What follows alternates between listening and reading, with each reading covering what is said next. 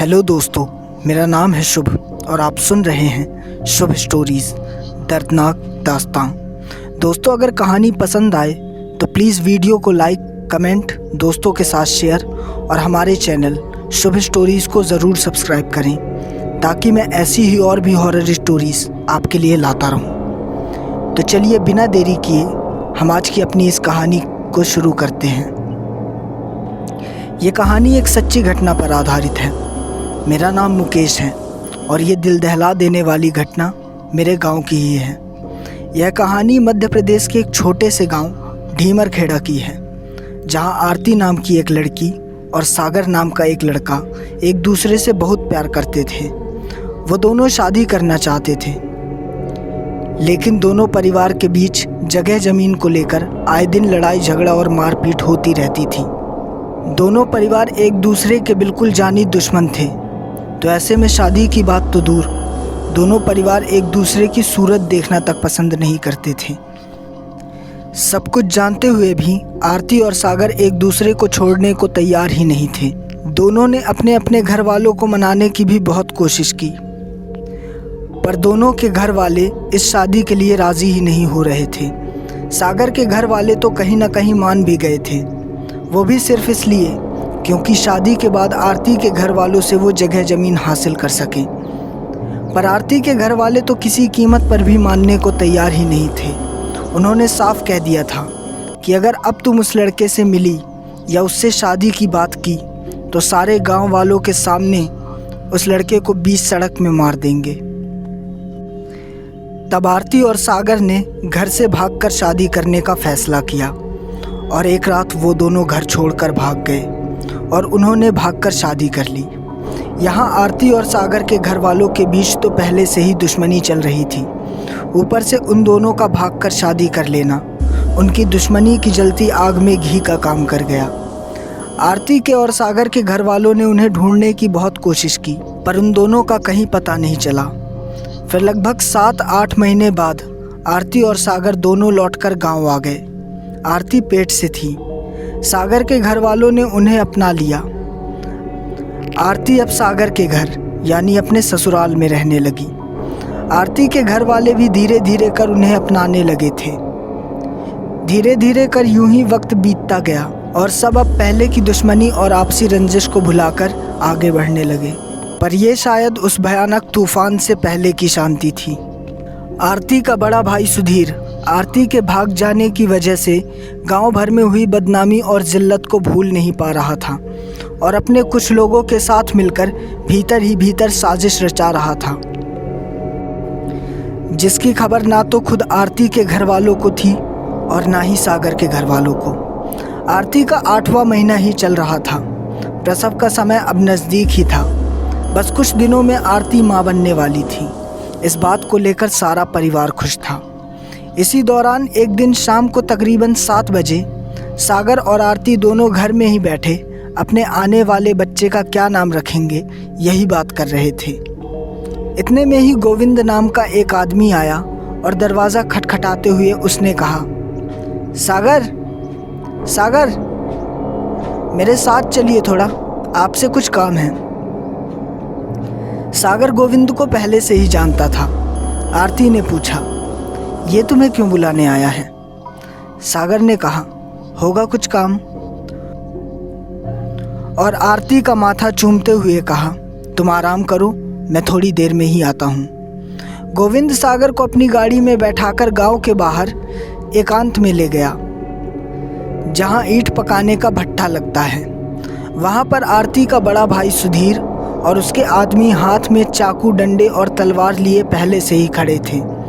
सागर अब सब कुछ समझ चुका था कि उसे यहाँ मारने के लिए धोखे से बुलाया गया है, पर अब वो बेचारा अकेले कर भी क्या सकता था, क्योंकि वहाँ पर सुधीर के साथ 8 से 10 आदमी और सभी के सभी हाथों में हथियार लिए खड़े थे। सुधीर और उसके आदमियों ने मिलकर सागर को वहीं बड़ी बेरहमी से घसीट घसीट कर मारा। वो बेचारा अपनी जान बचाकर गिरते पड़ते अगर वहाँ से भागने की कोशिश भी करता तो उसे दोबारा घसीट कर लाते और फिर सब के सब उस पर चढ़कर उसे मारने लगते। उसके पूरे शरीर को चाकुओं के 50 वार से चीर फाड़ दिया। सागर बिल्कुल खून से लथपथ था। फिर सुधीर ने वहीं पड़ा एक बड़ा सा पत्थर उठाया और सागर के सिर पर पटक दिया। पूरे मैदान में खून ही खून फैला हुआ था, लेकिन इतने में भी वो अभी वहाँ नहीं रुके। सुधीर और उसके आदमियों ने सागर को उठाकर ईंट के जलते भट्ठे में फेंक दिया और मैदान में फैले खून पर वहीं भट्ठे की राख और धूल डाल दी और वहाँ से चले गए। इत्तेफाक से उस रात तेज बारिश आ गई। बारिश इतनी तेज थी कि मानो बादल कह रहा हो, आज नहीं बरसूंगा तो फिर कब बरसूंगा। और बारिश की वजह से भट्ठे की आग बुझ गई। यहाँ आरती को अब सागर की चिंता होने लगी थी। रात के 11 बज गए। आरती ने अपने सास ससुर को बताया कि सागर शाम से अपने किसी दोस्त के साथ घर से बाहर गया है, पर अभी तक नहीं लौटा। आरती के सास ससुर ने आरती को दिलासा देते हुए कहा, तुम चिंता मत करो, देखो इतनी बारिश हो रही है ना, तो वो कहीं अपने दोस्त के घर पर ही रुक गया होगा, कल तक आ जाएगा, तुम आराम करो। आरती अपने कमरे में जाकर लेट गई। प्रसव का दिन नज़दीक होने की वजह से आरती के पेट में बहुत दर्द था। ऊपर से सागर का घर वापस ना आना। आरती रात भर ऐसे ही दर्द में और सागर को याद करती लेटी रही। रात को पता नहीं कब उसे नींद आ गई। दूसरे दिन सुबह तक बारिश रुक चुकी थी। वहीं ईंट के भट्ठे की तरफ जा रहे कुछ लोगों ने देखा तो सागर की अधजली लाश भट्ठे के किनारे ही कीचड़ में सनी हुई पड़ी थी। सागर को इतनी बुरी तरह से मारा गया था कि उसे पहचानना बिल्कुल नामुमकिन सा था। सारे गांव में बात फैल गई कि गांव के बाहर किसी की लाश मिली है।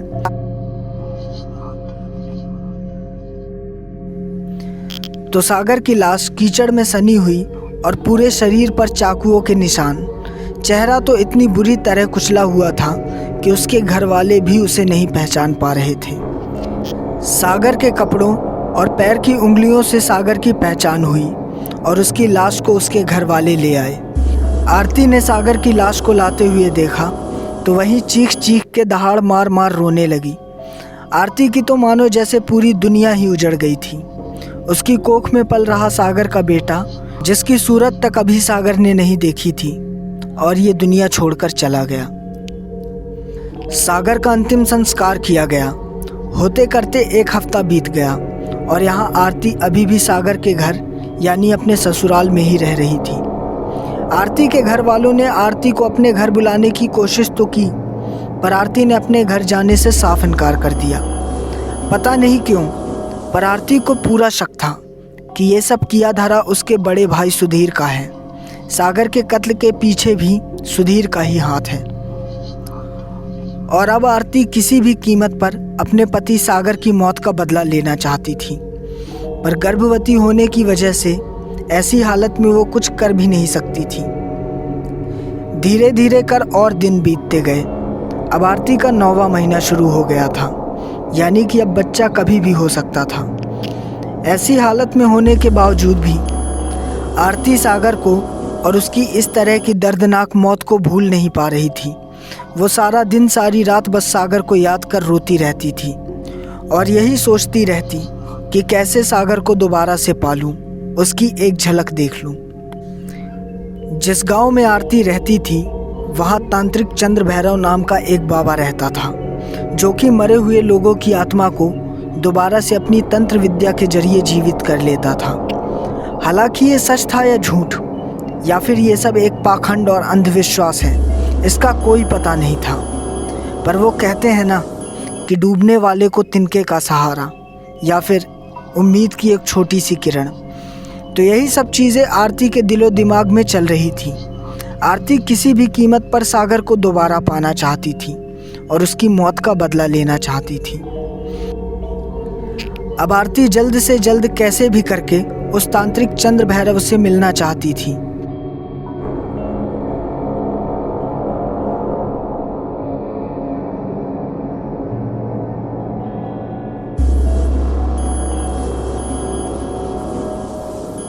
अब सागर तो नहीं रहा, पर सागर का अंश जो कि आरती के पेट में पल रहा था।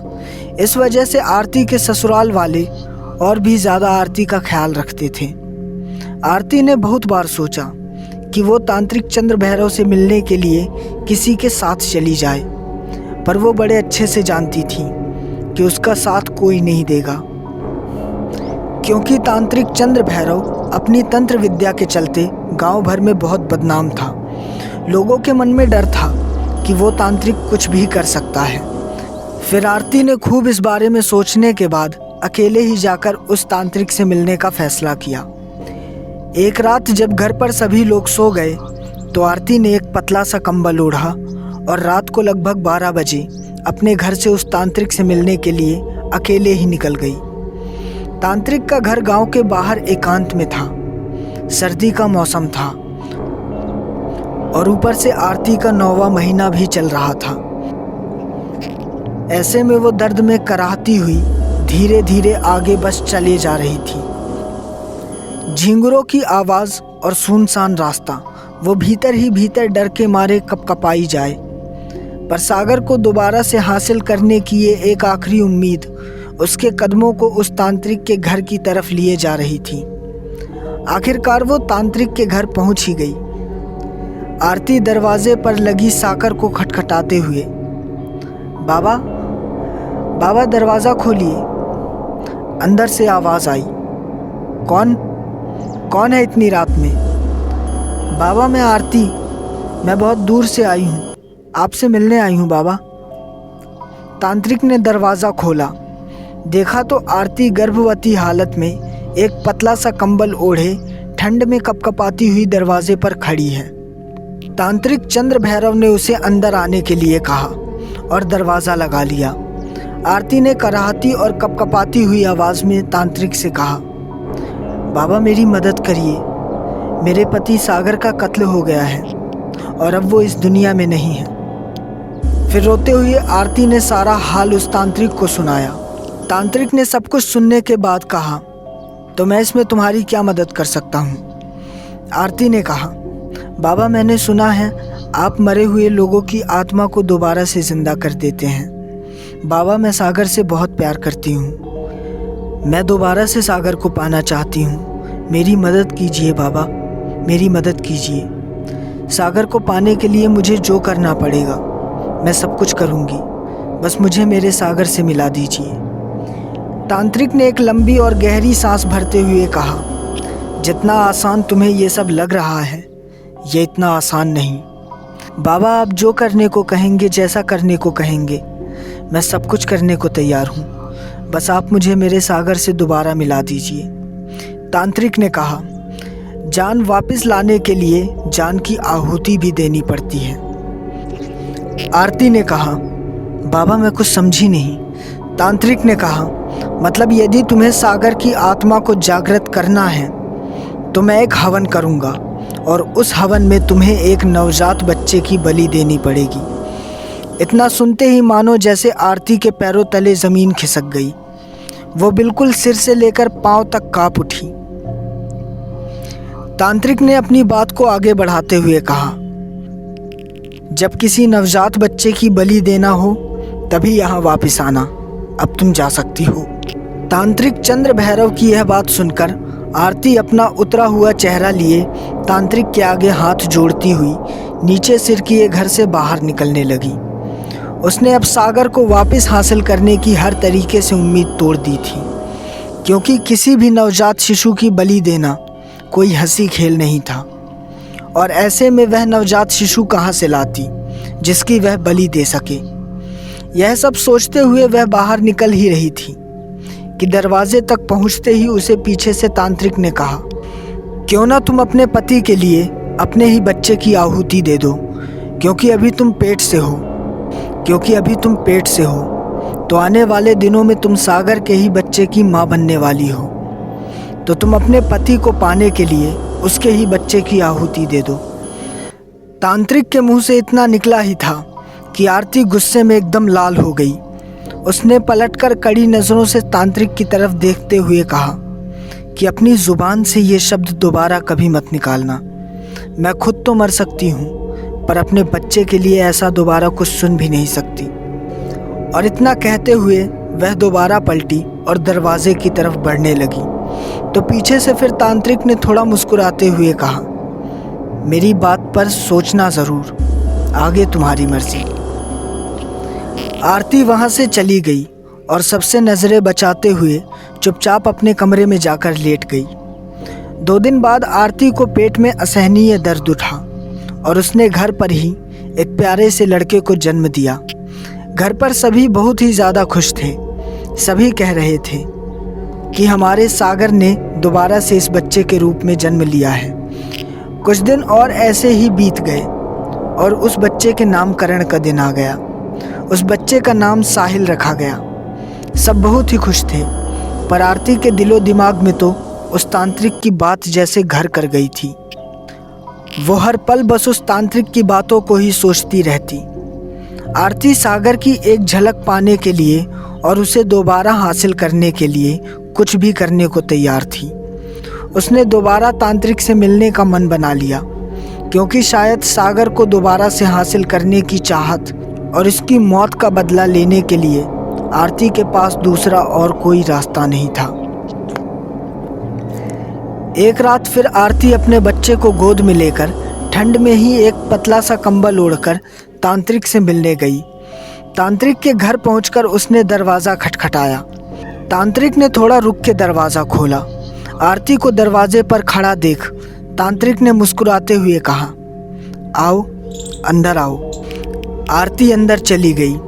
तांत्रिक ने कहा, फिर क्या सोचा तुमने? आरती ने अपने बच्चे को गोद से उतारकर तांत्रिक के सामने ज़मीन में रखते हुए कहा, क्या करना होगा मुझे? सागर को पाने के लिए मैं कुछ भी करने को तैयार हूँ। तांत्रिक ने मुस्कुराते हुए कहा, ठीक है। फिर उसने अपनी बात को आगे बढ़ाते हुए कहा, अब जैसा जैसा मैं कहता जा रहा हूँ तुम करती जाओ। ज़मीन में लेटा बच्चा लगातार रोए जा रहा था। ना जाने आरती के सिर में क्या पागलपन सवार था कि उसे अपने बच्चे का रोना भी नहीं दिखाई दे रहा था। हालांकि वो मन ही मन डर भी रही थी, पर फिर भी सब भूलकर वो सागर को दोबारा से हासिल करना चाहती थी, चाहे इसके लिए उसे किसी भी हद तक जाना पड़े या फिर कोई भी कीमत चुकानी पड़े। उस तांत्रिक के घर में जहाँ तांत्रिक, आरती और उसका बच्चा था, उसी कमरे में एक हवन कुंड भी बना हुआ था। उसी हवन कुंड से तांत्रिक ने अपने दोनों हाथों में भस्म लिया और ले जाकर आरती के चेहरे पर उस भस्म को लगा दिया। आरती की आंखों से आंसू गिर रहे थे। फिर तांत्रिक ने आरती से कहा, अब अपने शरीर से सारे कपड़े उतार दो। आरती आंखों में आंसू लिए पर मन ही मन सागर को दोबारा हासिल करने की आशा भी मन में जगाए हुए एक एक कर अपने शरीर से सारे कपड़े उतार दिए। अब आरती तांत्रिक के सामने ही उस कमरे में बिल्कुल बेपर्दा होकर खड़ी थी। तांत्रिक ने हवन कुंड से और भस्म ली और आरती के बदन के हर एक हिस्से में अपने हाथों से उस भस्म को लगाया। आगे तांत्रिक ने कहा, इस बच्चे के भी सारे कपड़े उतार दो। बच्चा बिल्कुल रोए जा रहा था। एक पल को भी बच्चा शांत होने का नाम ही नहीं ले रहा था। आरती ने बच्चे को अपनी गोद में उठाया और उसके सारे कपड़े उतारने लगी। बच्चा ठंड के मारे कपकपाते हुए रोए जा रहा था। आरती ने बच्चे के भी सारे कपड़े उतार दिए। फिर उस तांत्रिक ने बच्चे के पूरे शरीर में भी भस्म लगा दी। तांत्रिक अब हवन की तैयारी करने लगा और हवन कुंड में आग जलाई। तांत्रिक ने आरती को हवन के सामने बैठने को कहा। आरती बिना कपड़ों के ही बदन पर भस्म लपेटे हवन के सामने बैठ गई और हवन के बगल में बिछे एक सफ़ेद कपड़े में उसने अपने रोते हुए बच्चे को लेटा दिया। तांत्रिक, जो कि हवन के उस पार बैठा हुआ था, कुछ मंत्रोच्चारण करने लगा और अपने पास ही रखी एक थाली में से कुछ अजीब सा किसी चीज़ का मिश्रण उठाकर हवन की जलती हुई आग में फेंक दिया। मिश्रण के आग में पड़ते ही आग और तेज़ी से जलने लगी। इस तरह लगभग आधे घंटे तक तांत्रिक ने लगातार मंत्रोच्चारण किया और उस मिश्रण को थोड़ी थोड़ी देर में हवन की आग में डालता रहा। आरती हवन के सामने ही पालती मारकर बिना कपड़ों के अपने दोनों पैर के घुटनों में अपनी हथेलियां रखे बैठी हुई थी। बगल में लेटा उसका छोटा सा बच्चा बस ठंड के मारे कपकपाता हुआ रोए जा रहा था। हालांकि हवन की आग की वजह से थोड़ी ठंड तो कम ही लग रही थी, पर वो अभी नवजात शिशु था, तो इस वजह से वो और कपकपाया जा रहा था। तांत्रिक ने मंत्रोच्चारण रोकते हुए आरती से कहा, अब तुम इस बच्चे को उठा लो। आरती ने बच्चे को उठाया और अपने दोनों हाथों को आगे करते हुए बच्चे को हवन की आग के ऊपर कर लिया। नीचे हवन की आग जल रही थी और ऊपर आरती अपने दोनों हाथों में बच्चे को लिए हुए थी। इतने में ही तांत्रिक ने दोबारा से मंत्रोच्चारण शुरू किया और उस मिश्रण को हवन की आग में डाल दिया। फिर से आग में मिश्रण के पड़ते ही आग की लपटें अब और तेज हो गई। आग की लपटें अब आरती के हाथ और उस बच्चे की पीठ को छू रही थी। बच्चा खूब जोर जोर से रोए जा रहा था। इतने में ही तांत्रिक ने अपने बगल में से एक धारदार चाकू उठाया और बच्चे का सिर पकड़ते हुए एक ही वार में उसके सिर को धड़ से अलग कर दिया। बच्चे का खून हवन में पड़ते ही हवन की आग की लपटें और बढ़ गईं। अब तांत्रिक के हाथ में उस बच्चे का सिर और आरती के हाथों में उस बच्चे का छटपटाता हुआ धड़ रह गया। तांत्रिक ने उस बच्चे के सिर को हवन में ही डालते हुए आरती से कहा, तुम भी इसके धड़ को हवन में डालकर बलि की प्रक्रिया पूरी करो। आरती ने उस बच्चे के छटपटाते धड़ को उसी हवन की आग के हवाले कर दिया। तांत्रिक ने आरती से कहा, अब अपनी दोनों आंखें बंद कर मन में सागर के बारे में सोचो और मन ही मन 7 बार सागर का नाम लेकर फिर धीरे धीरे अपनी आंखें खोलना। आरती ने अपनी दोनों आंखें बंद की और सागर को याद करते हुए उसकी छवि को मन में लाते हुए 7 बार उसका नाम लिया और फिर धीरे धीरे आंखें खोलने लगी। आरती ने देखा तो हवन से निकलते धुएं में सागर का चेहरा बना हुआ नजर आ रहा था, पर शायद आरती सागर को जिस रूप में देखना चाहती थी, सागर उस रूप में नहीं था, बल्कि बहुत ही भयानक और डरावना दिख रहा था। जिस तरह से सागर को मारा गया था, सागर उसी रूप में था। उसके पूरे शरीर में घाव दिख रहे थे और उसका चेहरा पूरा कुचला हुआ था। वो बेहद ही डरावना दिख रहा था।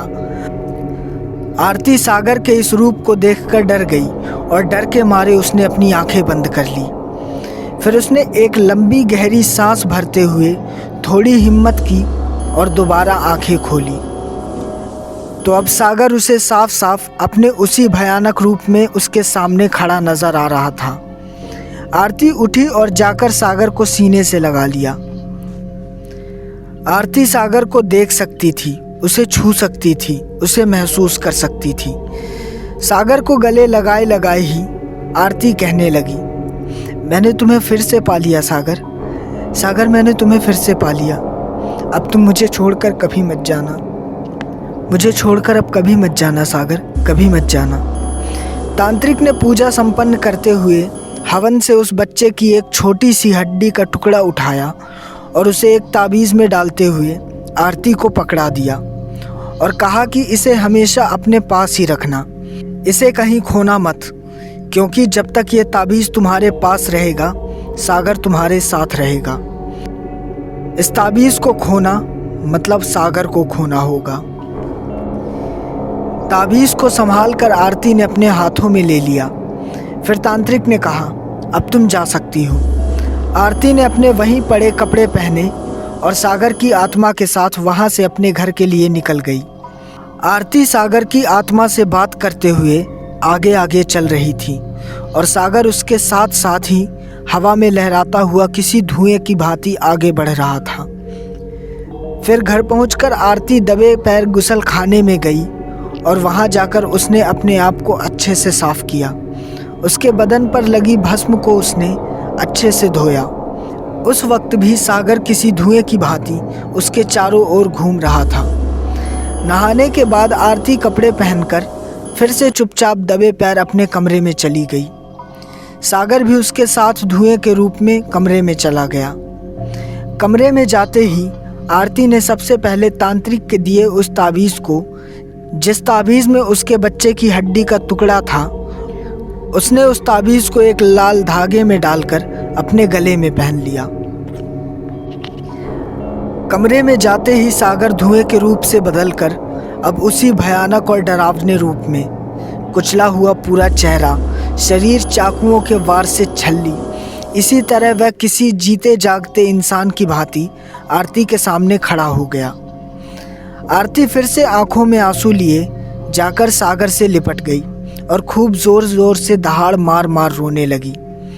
हालांकि बच्चे की बलि देने के बाद आरती भी बहुत दुखी थी और अंदर ही अंदर उसे ये बात खाई जा रही थी कि उसने आज कितना बड़ा पाप किया है।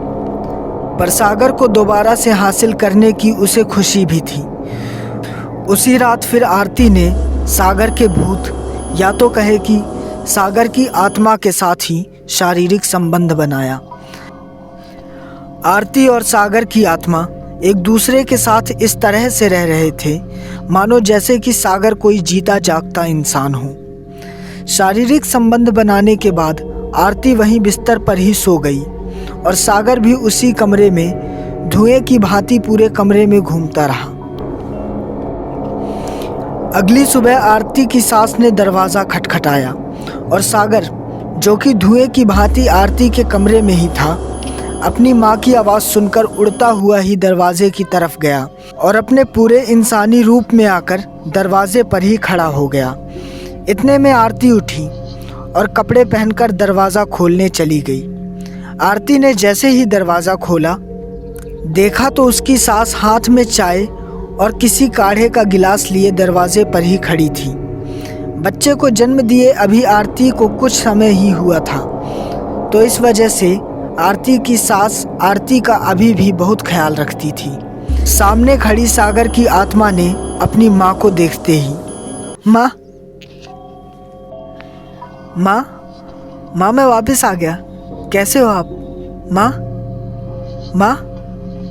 पर ये क्या, सागर की माँ को सागर की आवाज़ सुनाई ही नहीं दे रही थी और ना ही उसकी माँ उसे देख सकती थी। सिर्फ आरती ही सागर को देख सुन और महसूस कर सकती थी। उसके अलावा कोई और सागर को ना तो देख सकता था ना ही सुन सकता था। आरती की सास अपने पोते को खिलाने के लिए कमरे में अंदर गई और जाकर देखा तो बच्चा कमरे में था ही नहीं। उसने परेशान और चिंता भरे चेहरे से आरती से पूछा, बच्चा कहाँ है? आरती ने थोड़ा घबराते हुए जवाब दिया, माँ वो सुबह कमला आई थी तो उसी ने कहा कि मैं साहिल को ले जा रही हूँ, दोपहर तक वापस ले आऊँगी। आरती की सास ने आरती के मुंह से इतना सुनते ही आरती को थोड़ा कड़ी आवाज़ में चिल्लाते हुए कहा, तुम्हें थोड़ी सी भी अक्ल है या नहीं? तुमने 10 दिन के बच्चे को कैसे उसे घर से ले जाने दिया? और इतना कहते ही वो बिल्कुल अपने प्राण छोड़कर वहाँ से कमला के घर की ओर भागने लगी। कमला, जो कि आरती की सहेली थी, उसका घर आरती की ससुराल से थोड़ा दूर था, तो आरती की सास को उसके घर पहुँचते थोड़ा वक्त लग रहा था। यहाँ सागर, जो कि धुएं के रूप में उसी कमरे में मौजूद था, एकदम से वह अपने इंसानी रूप में आया और आरती के सामने खड़े होकर गुस्से में एकदम लाल, चिल्लाते हुए आरती से पूछने लगा, यहाँ तो सुबह कोई नहीं आया था, तो फिर तुमने माँ से झूठ क्यों बोला कि बच्चे को कमला ले गई है? बताओ आरती, कहाँ है हमारा बच्चा? क्या किया तुमने उसके साथ? आरती डरती और घबराती हुई आंखों में आंसू लिए कहने लगी, सागर मैं तुम्हें सब बताती हूँ। मैंने तुम्हें दोबारा से हासिल करने के लिए अपने बच्चे साहिल की बलि दे दी। तांत्रिक ने कहा था कि अगर तुम दोबारा से सागर को पाना चाहती हो तो तुम्हें किसी नवजात शिशु की बलि देनी होगी। तो मैंने अपने ही बच्चे की बलि दे दी। सागर, मुझे माफ़ कर दो। सागर, मुझे माफ़ कर दो। सागर, मैं तुम्हें किसी भी कीमत में पाना चाहती थी, इसीलिए मुझसे गलती हो गई। सागर, मुझे माफ़ कर दो। इतना सुनते ही सागर बिल्कुल क्रोध से भर गया। एकदम से उसके चेहरे का मांस पिघल कर ज़मीन में गिरते ही धुएं की तरह गायब हो जाता। उसे यह लग रहा था कि कोई इतना क्रूर कैसे हो सकता है जो कि अपने ही बच्चे की जान ले ले। सागर अब और भी कुरूप और पहले से और भी ज़्यादा भयानक और डरावना दिखने लगा था। वहाँ आरती की सास कमला के घर पहुंचकर बड़बड़ाती हुई कमला से कहने लगी, मेरा पोता कहाँ है? कहाँ है मेरा पोता? जाओ जल्दी मेरे पोते को लेकर आओ। कमला हैरानी से आरती की सास की तरफ देखते हुए कहने लगी, ये आप क्या कह रही हो चाची? मुझे कैसे पता होगा आपका पोता कहाँ है? आरती की सास ने गुस्से भरे चेहरे से कमला को चिल्लाते हुए कहा। आरती ने बताया कि तुम सुबह ही मेरे पोते को अपने साथ अपने घर ले आई हो। कमला ने भी गुस्से में चिल्लाते हुए जवाब दिया, चलिए और अब आरती ही सब सच बताएगी कि मैंने उसके बच्चे को लाया है या नहीं। कमला और आरती की सास दोनों एक दूसरे को बड़बड़ाते हुए घर की तरफ जाने लगी। घर पहुंचते ही देखा तो आरती अपने कमरे में नीचे सिर किए हुए बैठी थी। आरती की सास और कमला दोनों उसके नज़दीक गई और जाकर उससे कहने लगी, आरती, कमला तो कह रही है कि ये बच्चे को लेकर नहीं गई। कमला भी आरती से पूछने लगी, हाँ बताओ आरती, मैंने कब तुम्हारे बच्चे को लिया? मैं तो तुम्हारे पास आई भी नहीं। आरती की सास, बताओ आरती, चुप क्यों हो? कहाँ गया बच्चा? आरती बैठे बैठे ही अपने शरीर को झुलाते हुए बस नीचे की ओर देखे जा रही थी। आरती की सास ने गुस्से से आरती का चेहरा पकड़ा और ऊपर की तरफ करते हुए कहा, जवाब दो आरती। जैसे ही आरती के चेहरे को उसकी सास ने ऊपर किया, उसकी आंखें फटी की फटी रह गई और वो डर के मारे झिझकते हुए पीछे की तरफ सरक गई। कमला ने आरती की सास को इस तरह डरते हुए देखा तो उसने भी सामने की तरफ आते हुए आरती को देखा तो वो भी सिर से लेकर पैर तक बिल्कुल थर्रा उठी और डर के मारे खूब जोर से चीख पड़ी। उसने देखा आरती का चेहरा बहुत ही डरावना नजर आ रहा था। उसकी आंखों से पुतलियां ही गायब थीं। आंखें बिल्कुल सुर्ख लाल, आंखों में गाढ़ा काला खून छाया हुआ था। उसके नाक, मुंह और कान से एकदम काला खून बहता हुआ टप टप ज़मीन में गिर रहा था। ज़मीन में गिरते उन खून की बूंदों से धुएं की तरह कुछ निकल रहा था। ऐसा लग रहा था मानो उसका खून इतना गर्म है कि उसमें से धुआं निकल रहा हो। आरती का यह भयानक रूप देखते ही उसकी सास तो वहीं बेहोश होकर गिर पड़ी, लेकिन कमला चीखती और रोती हुई उसका यह भयानक रूप देख रही थी। कमला की चीख सुनकर बगल से आरती के ससुराल वाले वहां पहुंच गए और आरती का यह रूप देखकर सबके हाथ पैर ठंडे पड़ गए। सबको देखकर अचानक आरती अपने दोनों हाथ पैर को ज़ोर ज़ोर से ज़मीन में पटकने लगी। उसके हाथ और पैर बिल्कुल खून से सन गए। यह देखते हुए आरती का ससुर और उसका जेठ आरती को पकड़ उसे रोक रहे थे, पर वो तो किसी के काबू में आ ही नहीं रही थी। उसे जितना ही सब पकड़ के रोकने की कोशिश कर रहे थे, वो उतना और ज़ोर ज़ोर से छटपटाती और अपना हाथ पैर पटकती। वहाँ की आवाज़ सुनकर मोहल्ले के कुछ और लोग भी वहाँ आ गए और आकर आरती को पकड़ उसे शांत कराने लगे। पर शायद अब आरती को शांत कराना या उसे काबू में करना किसी के बस की बात नहीं थी। कैसे भी करके लगभग 10-12 लोगों ने मिलकर आरती को पकड़ा और वहीं कमरे में ही उसके हाथ पांव बांध उसे उसी कमरे में बंद कर दिया। आरती की ऐसी हरकतें और हालत देखते हुए मोहल्ले के लोगों में आपस में बात होने लगी और सब उसकी हालत देख समझ ही गए थे कि ये कोई भूत प्रेत का मामला है। आरती के ससुर ने अपने बड़े बेटे को कहा, तुम जाकर जल्दी से ओझा बाबा को बुला लाओ। ओझा बाबा, जो कि वहीं घर के पास ही रहते थे और वे बहुत ही पहुँचे हुए बाबा थे। मोहल्ले या गांव में किसी को भी यदि भूत प्रेत छूने या कोई भी ऐसी बात हो जाती तो ओझा बाबा ही उन्हें झाड़ते फूंकते थे। आरती का जेठ जल्दी ही जाकर ओझा बाबा को बुला लाया। बाबा ने आते ही कहा, कहाँ है वो लड़की? आरती के ससुर ने कहा, हमने उसे कमरे में बंद कर दिया है। बाबा ने दरवाज़ा खोलने को कहा। जैसे ही आरती के जेठ ने दरवाज़ा खोला, अंदर का नज़ारा देख सबने अपनी अपनी आंखें बंद कर ली। जब अंदर देखा गया तो बहुत ही बुरी हालत में आरती की लाश पड़ी हुई थी।